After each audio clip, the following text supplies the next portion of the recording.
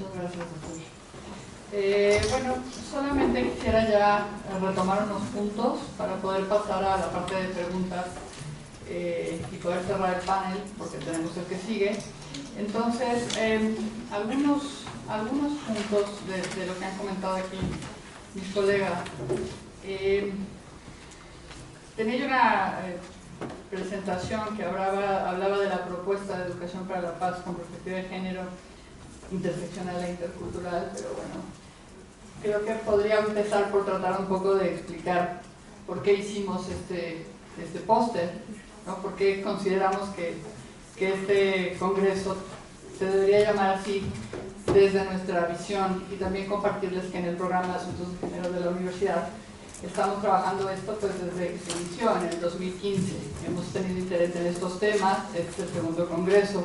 En algún momento tuvimos un proyecto pequeño de educación para la paz en una comunidad indígena, y bueno, de ahí observando algunas cuestiones que me brincan ahora con lo que ustedes han comentado, es que pues seguimos trabajando en el tema y también hemos consultado estadísticas nacionales.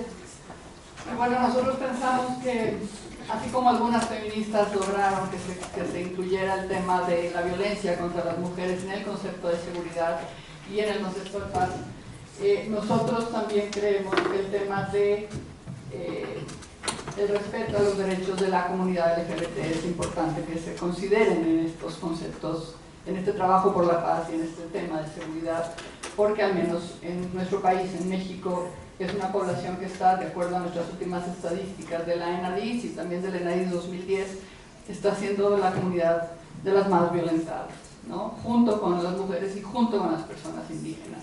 Entonces, si nosotros juntamos todas estas personas que están siendo violentadas y tomamos en cuenta una persona indígena que además pertenezca a la comunidad LGBT,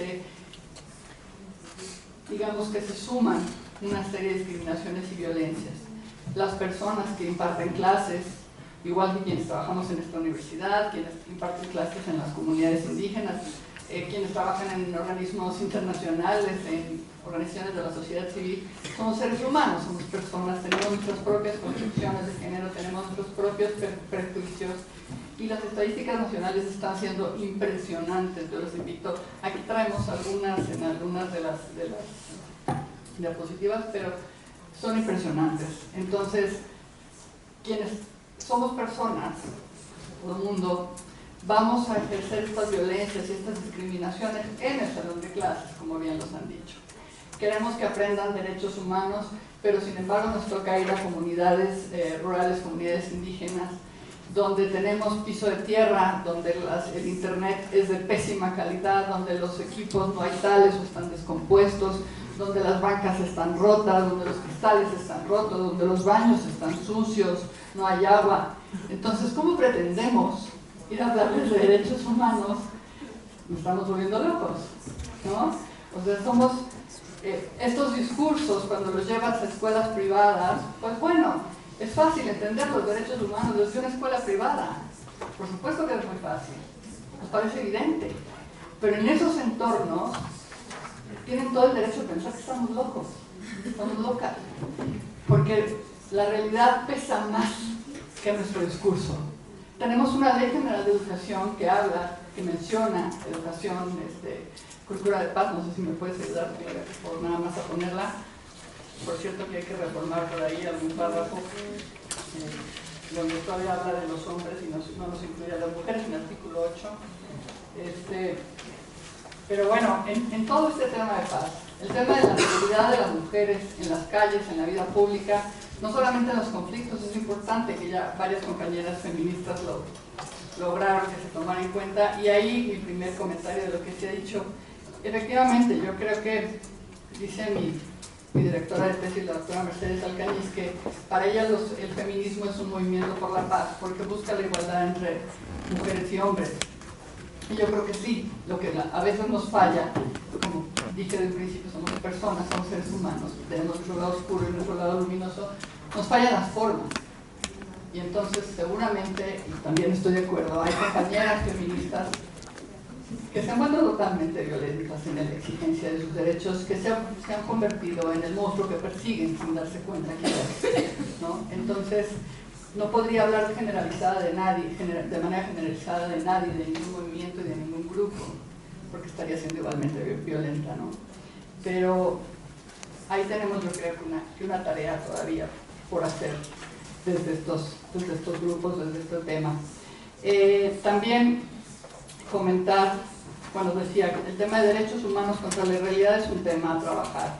El tema de la formación docente, en algún momento me tocó trabajar haciendo libros de texto, colaborando con la elaboración de libros de texto varios años, y me tocó ver esta cantidad de contenidos absurdos que tienen los libros de texto, pero lo más absurdo es que se le exijan a los profesores y profesoras que cumplan con ellos, no importa qué, no importa cómo le hagan, tienen que cumplir con estos libros llenos y llenos y llenos y llenos de texto.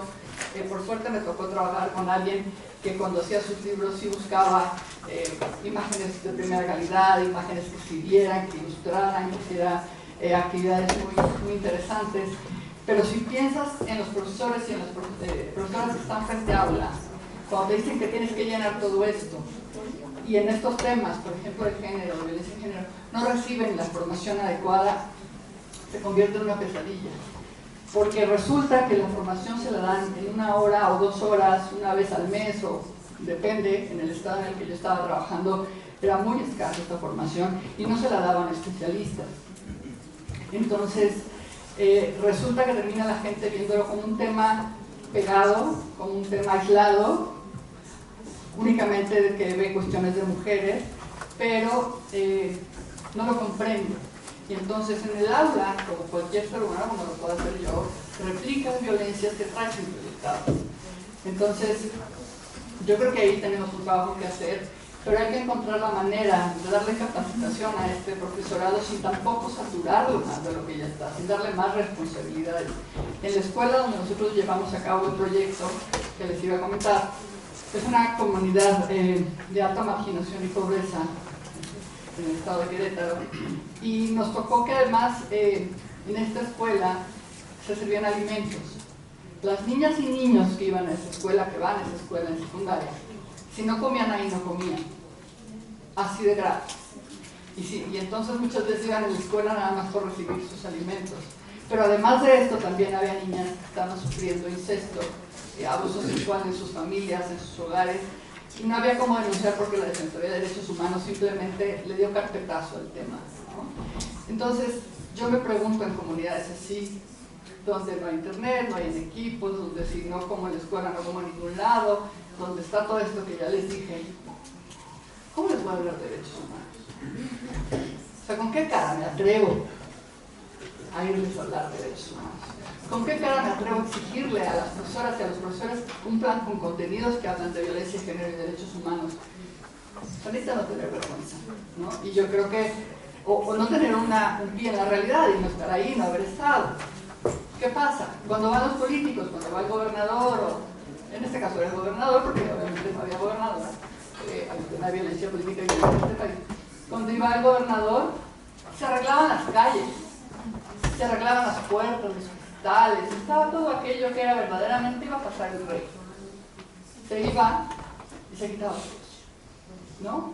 Donde hay trayectos donde no pasan las combis, donde las niñas tienen que estar esperando a que pase el crucero para llegar a la escuela hasta quién sabe dónde, y en el trayecto rogar para que nadie les falte respeto o para que no abusen de ellas. Más el incremento de la delincuencia organizada que está también. Entonces, pues yo creo que sí hay un tema en la enseñanza de derechos humanos, pero hay un tema de congruencia, y hay un tema de falta de respeto y de vergüenza de las autoridades de este país, y que no tienen idea del país en el que están metidos, porque cada que van toda su bola de ayudantes les maquilla el entorno, ¿no? Entonces, pues así difícilmente vamos a cambiar las cosas. Y bueno, el tema de género es importante porque hay prejuicios que tenemos como seres humanos, como mujeres, como hombres al respecto. Hemos crecido en una ideología patriarcal y la llevamos adentro, en el salón de clases. Además de eso, tenemos prejuicios contra la comunidad LGBT y discrimina, violenta, Tenemos profesores, tenemos profesoras que violentan a las chicas indígenas, que violentan a las chicas afrodescendientes y que violentan a, a sus estudiantes de la comunidad LGBT. Nos tocó escuchar en alguna ocasión a un profesor, y es un ejemplo muy banal, muy básico. Yo les invito a que vayan a las estadísticas de Lenadi, que decía que castigaba a sus alumnas de una comunidad indígena poniéndolas a limpiar los baños porque finalmente eso iban a terminar trabajando. Es una vergüenza. Y lo decía con toda la tranquilidad del mundo, mostrando cómo era enérgico con ella. ¡Wow! ¿No?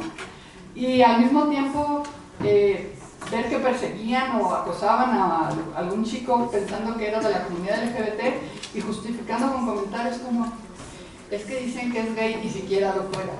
¿Cómo que siquiera lo fuera? ¿No?